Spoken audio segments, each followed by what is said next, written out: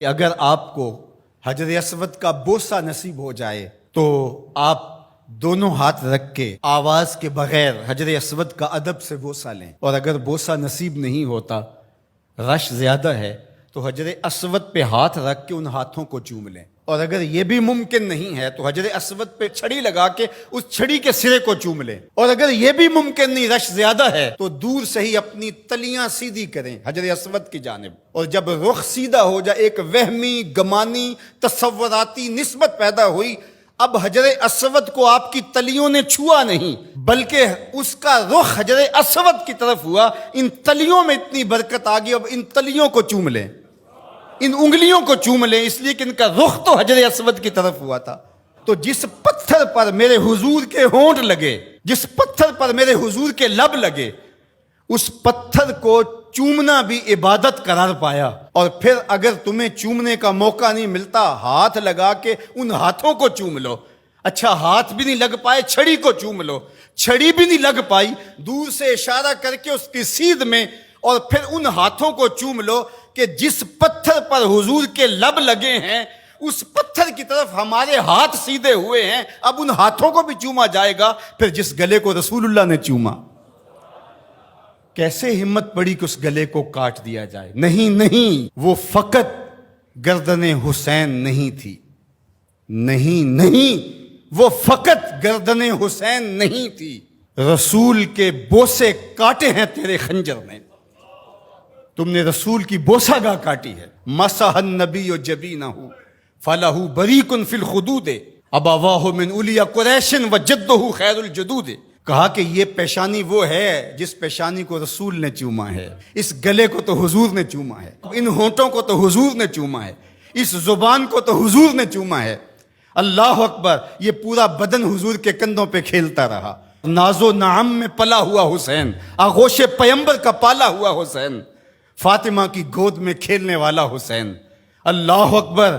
آج آپ ریاض الجنہ میں جاتے ہیں تو پہلے ایپ ڈاؤن لوڈ کرنا پڑتی ہے، اور پھر وقت لینا پڑتا ہے، پھر لائن میں لگ کے آپ کو ریاض الجنہ میں آدھا گھنٹہ ٹھہرنے کا موقع ملتا ہے، لیکن حسین کے گھر کا دروازہ ریاض الجنہ میں کھلتا تھا۔ جو کھیلنے کے لیے نکلیں تو سامنے مسجد نبوی کا صحن ہے، کبھی پیغمبر کی گود ہے، کبھی زہرا سلام اللہ علیہا کی گود ہے، کبھی مولا کائنات کی گود ہے۔ یہ حسین ابن علی ہیں، حضور علیہ السلام گزرتے ہیں اور حضرت امام حسین رو رہے ہیں، تو آقا کریم نے فرمایا حسین کو چپ کرواؤ، اس کا رونا مجھے اذیت دیتا ہے۔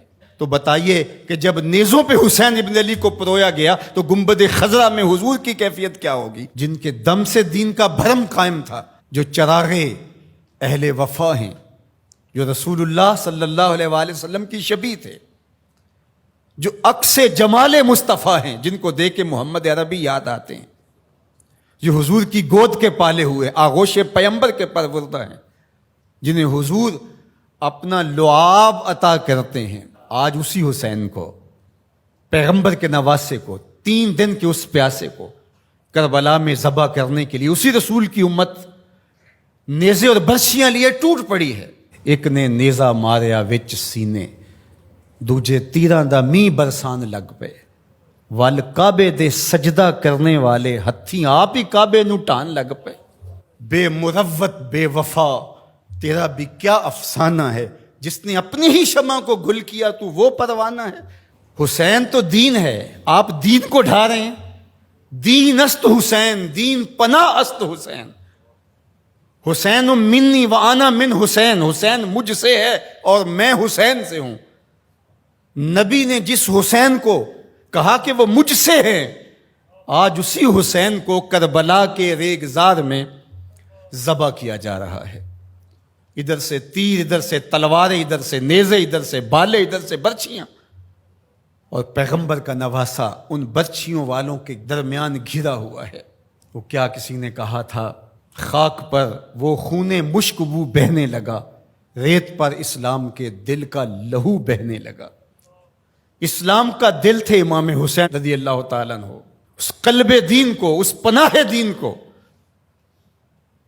شاہ سوارے دوش مصطفیٰ کو، نواسہ رسول کو، پورے بطول کو، ابن علی کو، برادر حسن رضی اللہ تعالیٰ عنہ کو آج جس طرح بے دردی سے شہید کیا جا رہا ہے.